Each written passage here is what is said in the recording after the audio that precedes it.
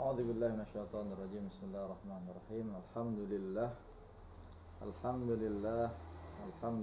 bi ni'matihi tatimmus shalihat. Allahumma shalli ala Muhammadin wa ala alihi wa ashabihi wa mawala. Amma ba'du.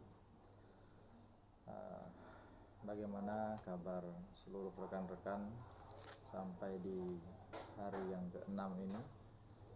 Alhamdulillah, kita bersyukur masih diberikan kesempatan sampai pada hari ini. Jika kita mengacu merujuk pada jumlah hari, bilangan hari Ramadan 1442, jika memang kita memasangkan target harus menghatamkan Al-Quran satu kali minimal dalam 30 hari, dalam 1 bulan kurang lebih, itu setidaknya harusnya kita sudah masuk di juz ke-5, ke-6 atau ke-7 sampai detik ini. Jika memang target kita adalah setiap harinya 1 juz. Usi nafsi wa iyyakum bitaqwallah. Pada edisi kurma, edisi ke-6 ini, mungkin ada yang terlupa dari kita manakala kita telah memasuki bulan suci Ramadan. Ada doa yang oleh baginda Nabi ajarkan kepada kita, dan rasanya tidak mengapa dan tidak menjadi masalah jika kita terlambat membacanya. Lebih baik terlambat daripada tidak sama sekali. Doa tersebut adalah doa ketika beliau melihat hilal pertama kali. Hilal itu adalah awal bulan atau bulan kecil dalam penanggalan pergantian kalender Hijriah. Di tanggal 1 Hijriah, 1 Ramadan gitu, itu ada hilal kecil, makanya ru'yatul hilal menjadi salah satu syarat masuknya pergantian bulan dan masuknya bulan baru. Maka Rasulullah SAW mengajarkan, Allahumma ahillahu alaina bil amni wal iman wassalamatu wal islam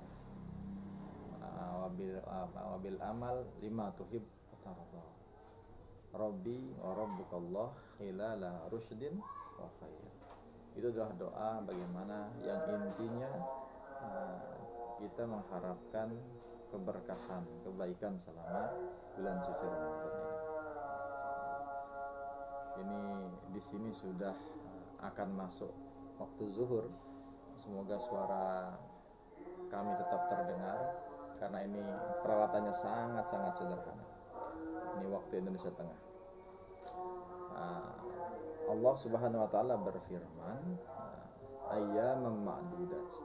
Faman kana minkum maridun aw ala safarin fa iddatun min ayyamin ukhra. Dan seterusnya, ayat itu berbicara tentang rukhsah, bagaimana seseorang dibolehkan untuk tidak berpuasa dengan syarat dia akan menggantinya di hari yang lain atau dengan bayar fidyah. Siapa mereka? Mereka adalah orang-orang yang musafir, yang sakit, yang hamil, yang khawatir dengan kehamilannya, yang menyusui, atau sudah sangat usia senja, lagi renta. Tetapi agama memberikan opsinya adalah melanjutkan puasa, berpuasa dengan segala macam rukhsah yang sebenarnya boleh diambil. Misalnya musafir dia pergi ke Surabaya, ke Jakarta atau kemanapun, yang sebenarnya itu kalau dihitung dari hitungan jarak, dia dibolehkan untuk tidak berpuasa karena ada rukhsah di sana. Tetapi perlu kita ketahui dan perlu kita cermati baik-baik, perjalanan saat ini berbeda dengan perjalanan zaman dulu.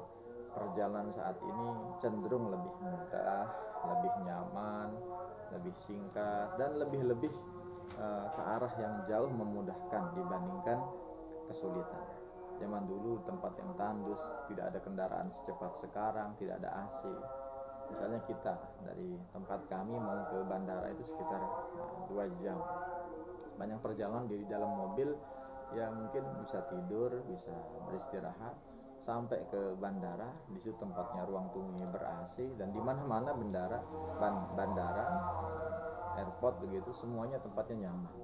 Maka kalau kita bisa tetap mempertahankan puasa kita meskipun dalam perjalanan, berarti kita saat itu telah mengambil azimah. Azimah itu artinya kurang lebih masa tidak ingin menggunakan rukhsah.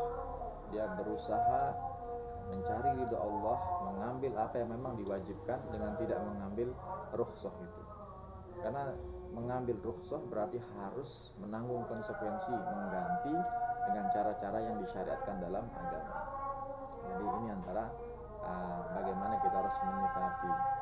Tetapi Allah Subhanahu wa taala juga berfirman, yuridullahu bikumul yusr wala yuridu bikumul usr.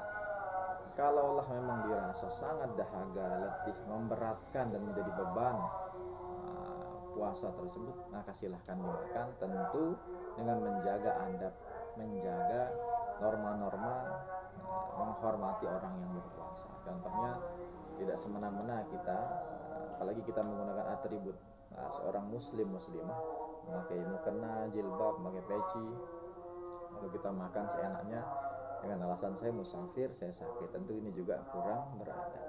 Ada adab-adab yang memang harus kita jaga, dan kita harus tahu kondisi, tahu malu, dan tahu situasi kurang lebih, sehingga kita bisa menghormati orang yang berpuasa. Itu mengenai azimah, itu mengenai rukhsah, itu bagaimana Allah memudahkan hamba-hambanya bagi siapa saja yang berkeinginan mengambil rukhsah tersebut.